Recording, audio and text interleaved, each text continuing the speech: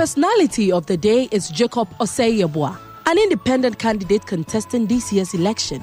Jacob Osei Yeboah, 44 years old, was born 28 October 1968. Is married to Hilda Osei Yeboah Mrs. in 1996 with 4 children. He is an engineer, entrepreneur, strategist, philanthropist, a social thinker, and a transformational leader. Jacob Osei Yeboah is the founder for Upclose Mining in 2010, a small-scale mining and consulting services for small-scale miners. Galamsey with the view of providing technology and financial assistance to the industry so as to mine gold safely without environmental degradation and mercury pollution. Jacob Osei Yeboah is also the founder and West Africa Director of Vital Source Limited, VSL, in 2006, a procurement and logistic company focused on the gold mining and oil and gas industries within the West Africa. VSL provides consulting services for engineering, oil contamination and filtration, logistic and supply chain management for companies focused on the mining and oil sectors in West Africa.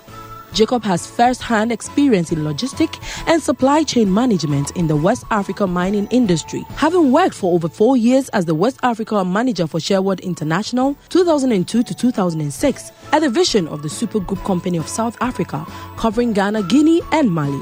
He also worked for Ashanti Goldfields Company, AGC, over a period of 7 years. As director and leader of senior staff of the Obuasi Mine Divisional Board, barely a year after his national service in 1996, his period.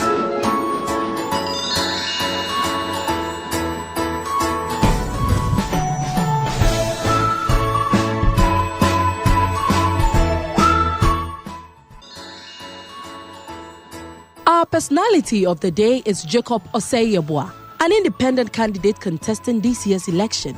Jacob Osei Yeboah, 44 years old, was born 28 October 1968. Is married to Hilda Osei Yeboah Mrs. in 1996 with 4 children. He is an engineer, entrepreneur, strategist, philanthropist, a social thinker, and a transformational leader.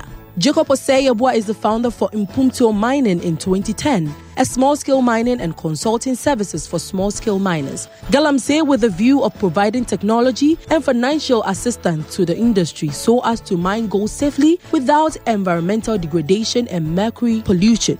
Jacob Osei Yeboah is also the founder and West Africa Director of Vital Source Limited, VSL, in 2006, a procurement and logistic company focused on the gold mining and oil and gas industries within the West Africa. VSL provides consulting services for engineering, oil contamination and filtration, logistic and supply chain management for companies focused on the mining and oil sectors in West Africa.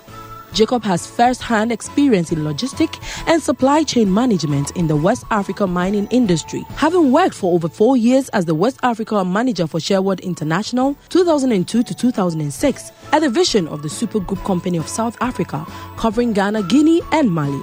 He also worked for Ashanti Goldfields Company, AGC, over a period of 7 years. As director and leader of senior staff of the Obuasi Mine Divisional Board, barely a year after his national service in 1996, his period saw a review of the company's procedures and processes that led to a very significant transformation and cost reduction from 320 ounce US dollars to 178 ounce US dollars.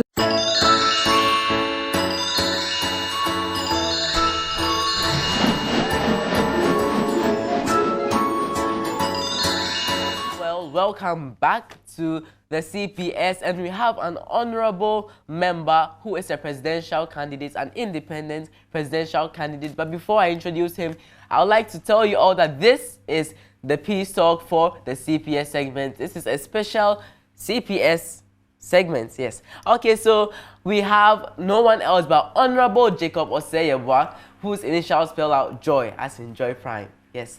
And he's an engineer, he's an entrepreneur, he's a strategist, a social thinker, he is a transformational leader, and he is 48 years, and he is right here with us. His name is Uncle or Honorable Jacob Osei Yeboah. Hello. Hello, Papa. Hello, okay. And how are you? How are you, Mommy? I'm fine, thank you. Coco, how are you? Fine, thank you, sir. Good. It's nice to be in your midst, you know? Thank you. Good. Okay, so Uncle, we would like to ask you a few questions about this coming elections. Okay, so can you please tell us something about yourself? You know, I was born as Zongo, you know Zongo. You know Zongo. In Kumasi, Akotialai, where I grew up with a Muslim, but then we're Christian. You see, in the Zongo community, most people think that the Zongo community is meant for only Muslims. No, but we have Christians and others belonging to other faiths also at Zongo. You know, it was a community that you would learn a lot of humility. In our days, you see, as a child, anybody at all can beat you when you're doing something which is wrong. Okay, I quite remember there used to be a man by name Baba Bumbo. You know, this Baba Bumbo, he was the type that no-nonsense type. And if you don't take care, he will smack you and so on and so forth. That really helped us. Okay, it nurtured a way of respecting any other elderly person. You know, you tend to respect people. There's something that the whole world can learn from the Zongo community. One of the things is that, you see, if I really love you, okay, and we want to be friends, then it means that if even your dad is a drunkard, I must respect your dad because of our friendship. Do you understand that? Yes. Yes, because whether you like it or not, he is your dad. You wouldn't be happy if any time you hear that I'm insulting your dad and so on and so forth. So that is where I grew. And then I had my primary education from Yasantua Early Primary. Back then, education was good. And so because of that, we did our best. And then from there, I went to Opokuwari School. You see, did the common entrance. I went to Opokuwari School. And from Opokuwari School, where I studied science. And then I went to KNUST. During our time, where we used to call it University of Science and Technology. It was after I graduated from there. That is when the Kwame Nkrumah was added. And so from there, I worked with Ashanti Goldforce, just as you heard. And then later on, had my master's from Warwick University, the MBA. And then from Mannheim University also in Germany, on global supply chain. And so basically, that is what I can say from a very humble beginning. And this is how far God has brought me. And so, okay, that was interesting. Yeah. Okay, so Kweku, yeah, Kweku. Okay, Uncle Jacob, because your life is so busy and, as you just said, the way things look at me, you might be very occupied. So do you get time to do what a normal person does every day, like go to the mall and chill with your friends or relax or something? Oh, I do. You know, every human being, you see, human beings are social beings, you understand? And so irrespective of how busy your schedules are, you always find time to do something. And normally, you know, I'm also a Christian. And what a lot of people do not know that I'm also a preacher, okay, in the Methodist Church. And so over there, it also forms a part of socialization. It's not always going about chilling and things like that. You must always make sure that you spend quality time in building yourself up and in building others.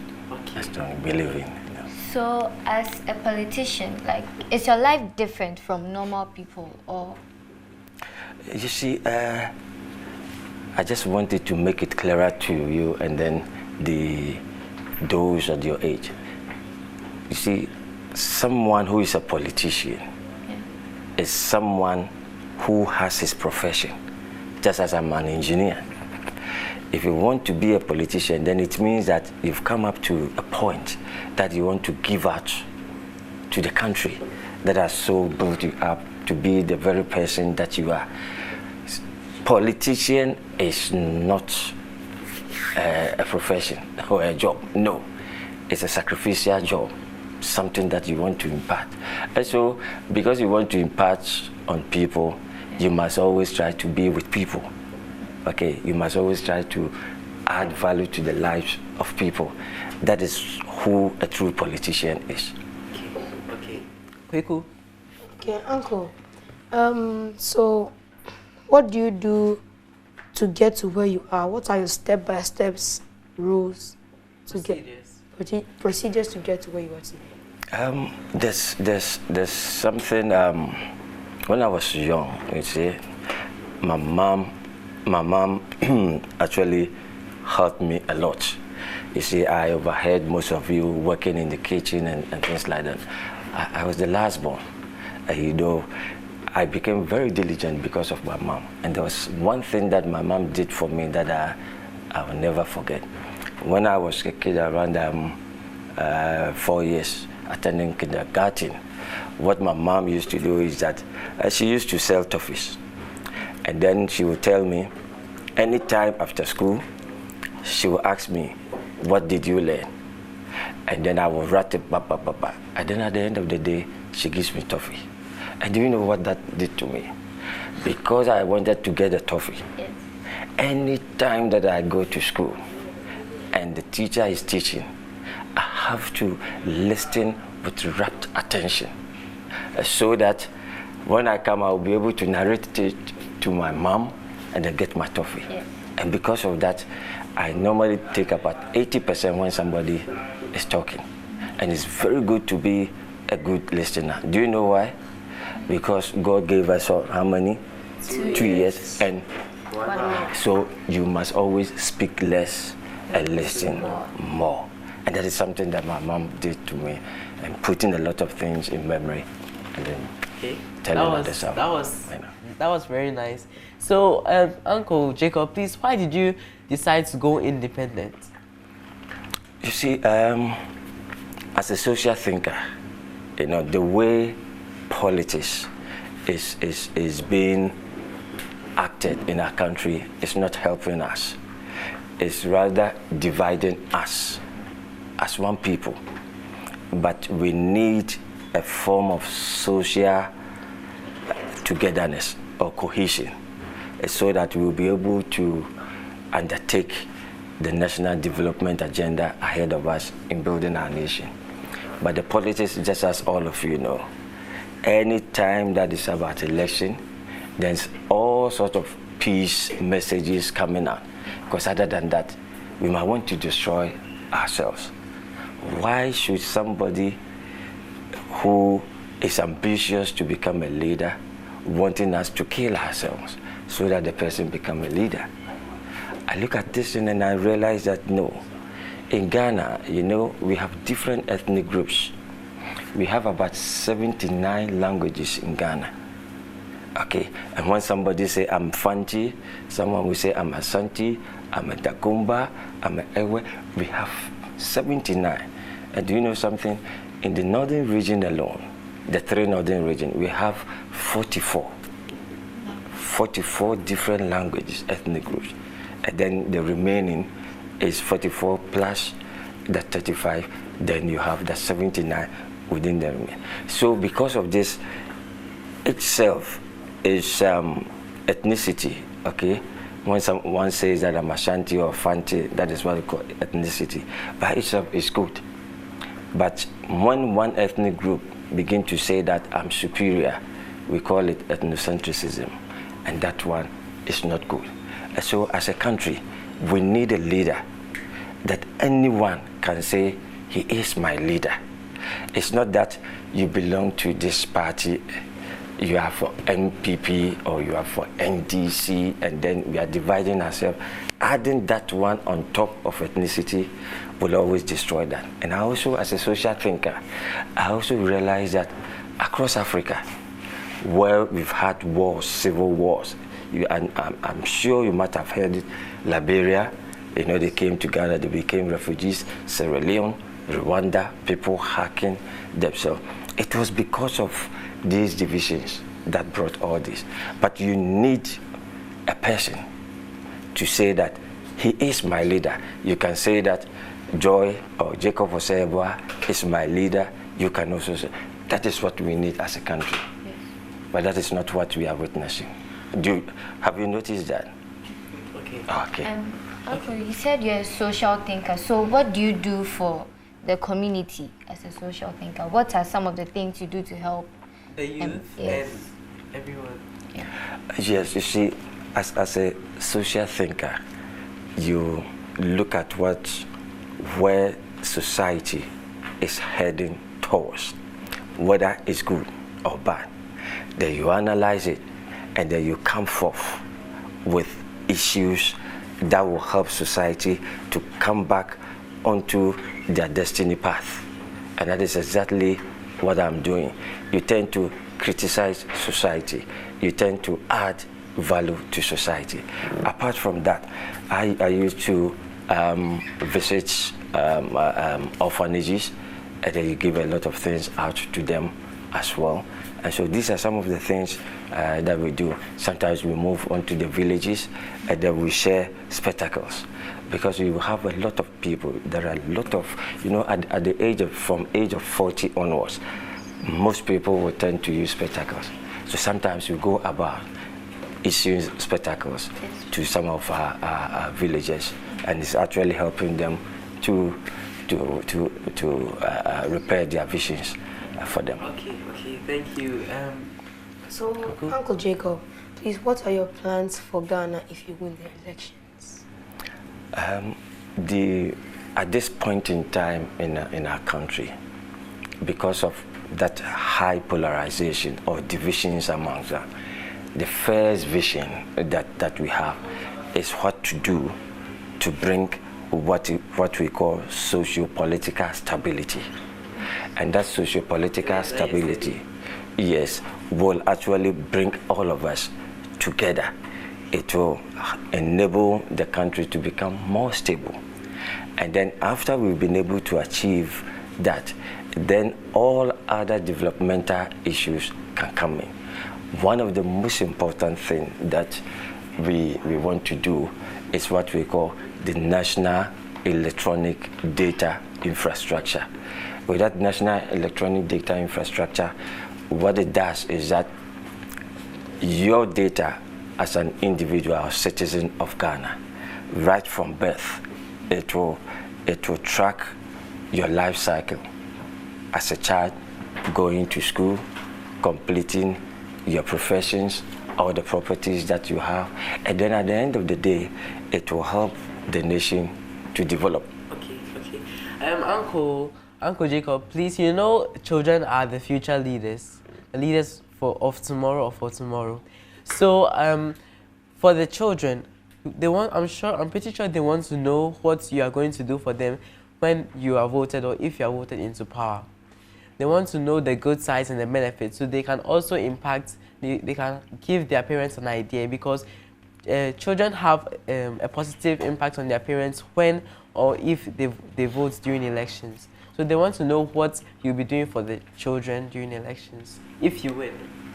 The most important thing for any child in this modern age is the child's education. That is of paramount.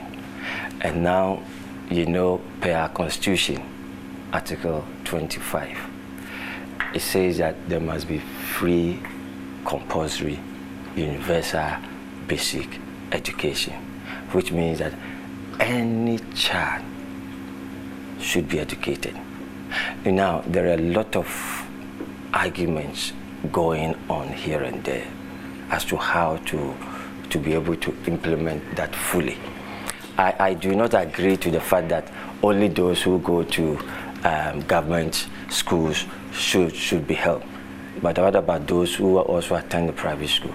So what we are actually thinking of, for us to have a particular minimum amount for every child going to school, and that will be the child support to enable the child's parent to be able to look after them, whether you're attending a government school or a private school, because any child is a Ghanaian.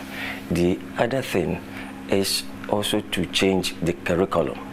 You see, one of the things that we've also realized is that our education does not actually help us to be good products, okay, for our society, in the sense that we tend to chew and pour, but we want to add entrepreneurship right from the basic level, so that you understand the reason why when you add one to one, you'll be able to create value and then make money for yourself.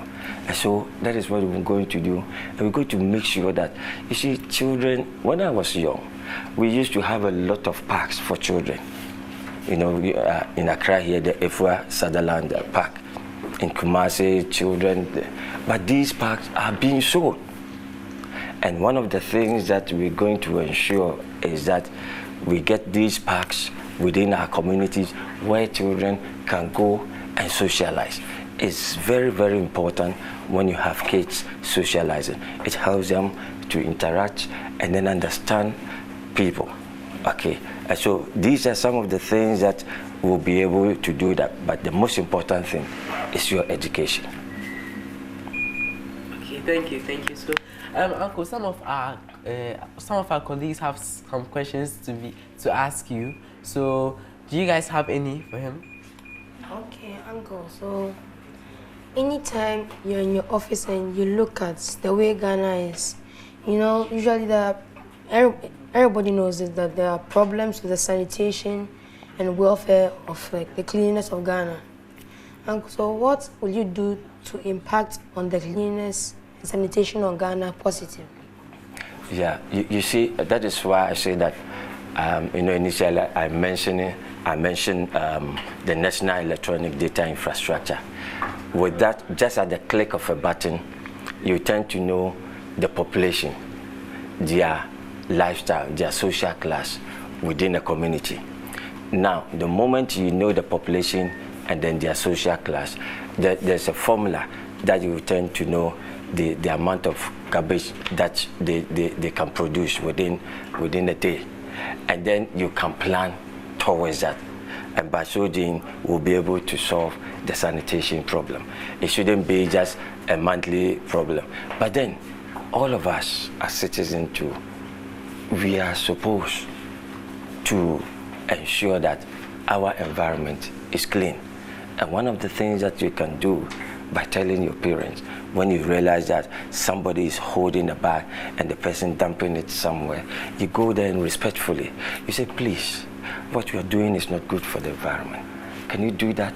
Or you say, I just want to pick it up for you respectfully today, but please next time, don't do that because you are this one.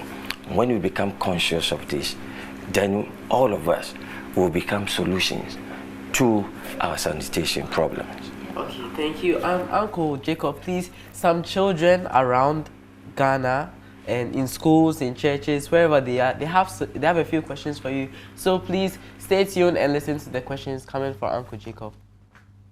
I want to ask the current president and the aspired presidential candidate that why is Ghana, the communities in Ghana, sorry to say, are filthy and dirty? Why is it that some children are deprived of their education? And why is it that even though we have the National Health Insurance Scheme, the public hospitals are not doing what they can do, and every day more than 6 people die there? I want to ask all these questions so that the presidential candidates and the president can give me answers, because I don't understand why all these problems are happening in Ghana while we have all the facilities to accommodate them. What will be his or her reaction if he fails or wins this year's election? Ever since Ghana attained independence, we have depended on other countries and always borrowing things from them. So don't you think it's high time we stop borrowing and utilize our resources? Would they fulfill their promises, all what they're saying, they're building school, giving free their manifestos and everything they're saying? If they're being elected president, what would they do to address poverty in Ghana? Over to you, Uncle Jacob. The questions are many. There's one thing that I want to share with all of you kids. You see, if you want to create wealth for yourself, try and always come out with solutions to problems. When you have solutions to problems, then quickly you can create wealth for yourself. Do you know why? Now we are over here, okay? The cameras are on us because we want to solve a problem for the kids to watch this and learn something out of here. And so you have the cameraman. Because the cameraman is giving us that solution, the cameraman is paid because he has found solution to that. And so the cameraman is creating worth for himself. That is how life is. So we should never be afraid of problems. And now, one of them was... Please, Jibber, I'd like to ask how... Okay, I'm just reminding you of one of the questions that were asked. And it was about the solution to borrowing, how to bring a less dependency ratio, not on the children to the youth or the youth on the old age, as in how Ghana as a whole will reduce the borrowing from other countries. You see, one thing that I know, as a nation, we must always try to create worth. When we create worth for ourselves, then that dependency could be stopped. But when you have instances that we go in for loans, and those loans fail to create worth for us, then it becomes debt. Okay, then the country will continue to sink. But one of the things that we need to do is just creating worth for ourselves, and then we will be able to reduce the borrowing. Okay, thank you. How do we create worth? You see, that is why I was saying that, you see, Ghana is such that we are so lucky over here. The natural resources that God has given us, I hope you know that we have gold. Yes. We have diamonds. We now have oil. We have these fertile lands, okay? And then in the rivers, we have the fishes, isn't it? Different types of fishes in the oceans and things like that. In all of this, we can create worth out of that. Because we have fishermen. They go in, they catch the fish, and they create worth for themselves. We have those who farm, and out of that, they create worth for themselves. Okay, so we have so many diverse means of creating worth, but much is actually dependent on a leader for our nation who will be able to steer all of us, okay, to bring out that creativity in us so that we'll be able to create worth out of the natural resources that God has given us. Do you know that good weather, you can create worth from that? And I'm sure you might have heard about solar energy. Yes. So even out of the sun, we can create worth for ourselves to generate power. And so God has given us so many things as Ghanaians that I'm hoping that you kids will grow up not looking at what the elderly are doing, but you begin to use your creative minds and make Ghana a better place. Yes. Okay, Uncle, please, have you launched your manifesto? Because I quite remember in one of the questions that were asked, she asked if the winner for this year's election will stick to what he has said in his or her manifesto. So we want to know if you've launched your manifesto and if you will stick to your promises. Oh, yes. Mine, I have not yet launched my manifesto. Okay. And then I'm not even calling mine as manifesto. Manifesto is becoming too common. What my team will intend doing is strategic development for Ghana, what we call the unfinished national development agenda. And that is why I'm saying that what we want to do is first to ensure that as a nation we have stability in our socio-political space. And then some of it is what I just shared with you about the national electronic data infrastructure. It's not something that I'm now about to do. It's something that I have already begun. But when I'm given the nod, then I'll be able to implement it and then push Ghana into a modern state of governance. Okay, so on this note, I'll be opening the phone lines. The numbers are 0302-211-70124. That is 0302-211-70124. Call and leave your comments. Let Uncle answer any of your questions from wherever you are. So keep watching Joy Prime. Uncle, so we are Ghanaians, and during this election, I've heard a lot of messages about peace and how to maintain peace in this country. And you know, normally wars occur during elections when, let's say, people think other parties have cheated during elections. How are you so sure that in this election there will be no war? You see, when we talk about democracy, okay, I have defined it simply. What I have defined democracy is war of ideas, fought with the weapons of rule of law. You see, so we war by each one of us coming out with our ideas. Okay. Uncle, please hold on. Hello, Humaiza from Tema. Humaiza. Hello. Is this Humaiza Aliyu? Yes. Oh, Humaiza, how are you? I'm fine. Thank Okay, you. welcome to For Kids Paradise again. Thank you. Okay, so do you have any question for Uncle? Any questions for Uncle Jacob? Yes, I do. Okay, So please go ahead. I want to ask you. Hello, Uncle. Hello. Please, I want to ask you, before you went into politics, what prompted you? How did you start it? From where? How come? That's what I want to know. Okay, thank you. Humaiza. You know, in 2012, the country was so tense. It started up even from 2009. And then definitely we knew that something untoward was about to happen. And I was particularly motivated by my mom. My mom, as at that time, was almost 80 years old. And she was the type that, may her soul rest in peace now. She was the type that whenever you want even to take her abroad, she said, no, I will not go. I want to stay here in Ghana. So I was wondering that if there were to be war, what is going to happen to the kids? What is going to happen to especially pregnant women and then the old ladies? And so I and a group of a team, we decided to say that as a social thinker, we need to intervene in such a way that there will not be war. And that is how I came into politics, to make sure that looming civil war will not occur. Okay, thank you. Hello, Hannah. Hello. Good afternoon. Good afternoon. Welcome to the show. This is For Kids Paradise. Do you want to ask Uncle Jacob any question? Yes. Okay, please go ahead.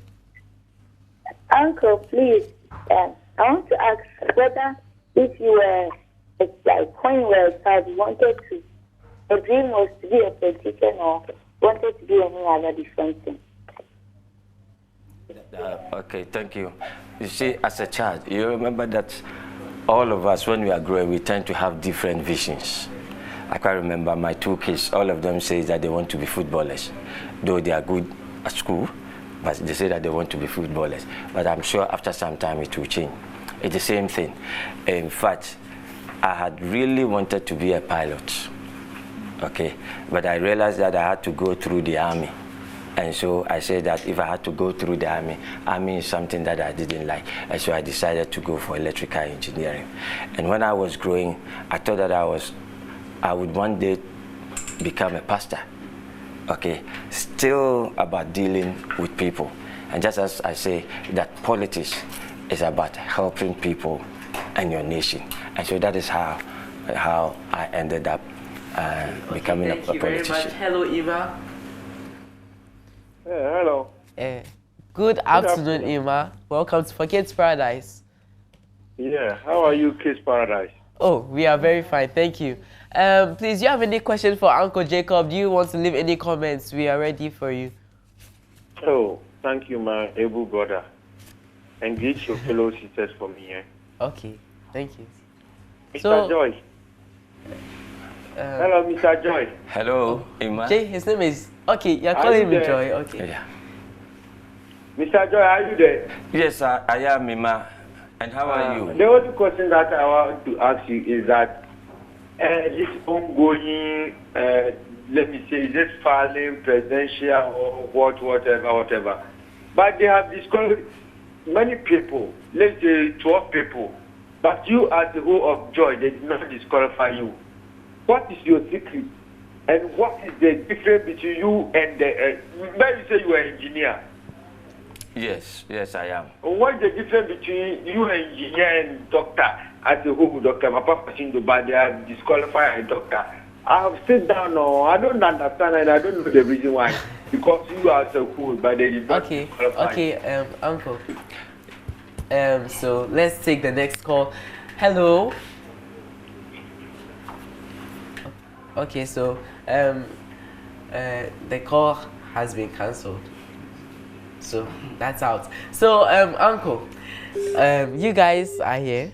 Do you have any question? Not really. Any question? Just brainstorm. Any question you want to ask Uncle Jacob? Because this might be the last time we'll be seeing him. Uncle, did you find it difficult while you started coming into politics? Was it difficult? It's been very, very difficult because I made up my mind to stand as no party president. Because my intention and idea is that when I come, I just want to bring everybody on board, what we call all-inclusive governance. But you see, our politics, that is why they normally say that our politics is a bit dirty. They will begin to attack your businesses and so on and so forth. And it's not an easy terrain. But then, because of the love that we have for our country and because of what we hope the future leaders, you know that you are the future leaders. We are supposed to work and ensure that we create an enabling environment for you people. So we are actually motivated in doing this. And it has not been easy, but by the grace of God, we are able to move through. So it's okay. Okay, thank you very much, Uncle Jacob. Okay, you have something. Please show us. You know, that's a book that I wrote in 2012. 2012. You see, but for you, I think I want to explain it further to all of you. You see, when they see my picture at the back, they think that it's about me alone. But you see, as soon as you open it, you see that there's a question mark. Now, what this book seeks to achieve is that anyone who wants to be president in Ghana should understand all the things and the problems that we put in place in this book and the solution, so that at the end of the day, we'll be able to create a better Ghana for all of you, including our kids. So I just want to take this opportunity to give each one of you, if I had given you a toffee, it will end the following day. But with this one, it's going to stay with you for quite some time, and then you will learn. So let me start with you, Papa, by giving it to you. Thank you very much. And then, Mami Abrefi, thank you. You have a name like my grandma. My grandma is also called Ejikweku. It's just for you. Thank you. And I'm sure you will keep it, and then you will learn out of it when you grow up. And I'm pretty sure maybe one day any of you can become president of Ghana. Okay, thank you very much, Uncle. We'll be going for a break. This has been the For Kids Peace Project. We'll be right back.